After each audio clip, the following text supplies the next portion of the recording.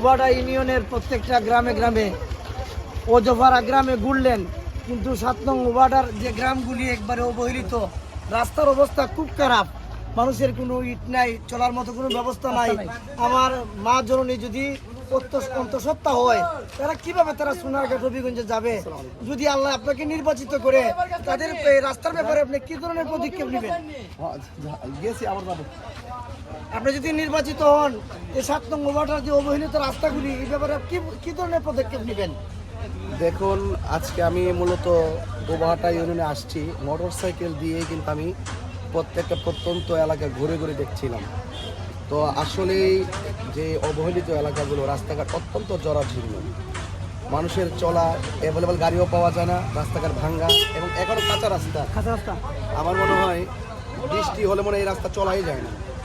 তো আমি যেহেতু চোখে থেকে গেছি, তবে ইনশাল্লাহ আমার আল্লাহ পাক যদি আমাকে জনগণের খেদমত করার সুযোগ দান করে, আমি এই রাস্তাঘাটের যে দুর্দশা, ইনশাল্লাহ এটা দূর করার জন্য আমি সক্রিয়ভাবে চেষ্টা করব।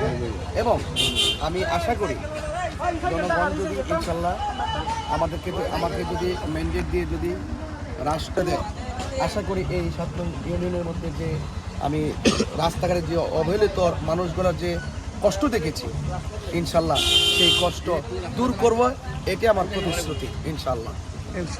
মারহাবা মারহাবা। জি জি, রাস্তা ক্লিয়ার করো, রাস্তা ক্লিয়ার করো, রাস্তা ক্লিয়ার করো, রাস্তাটা ছেড়ে দাও। অনেক মানুষই বলে যে এমনি তো দেখতে পাচ্ছি না, কিন্তু নির্বাচন উপলক্ষে তো আমরা দেখতে পাচ্ছি।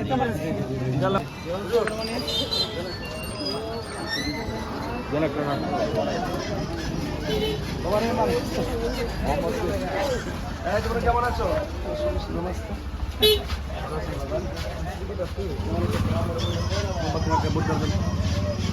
সবাই বললেন, হ্যাঁ ইনশাল্লাহ। কেমন আছো? সবাই বললো, হ্যাঁ এই যে বাবা, ঠিক আছে। আরে মানুষ পাগল হইতেছে।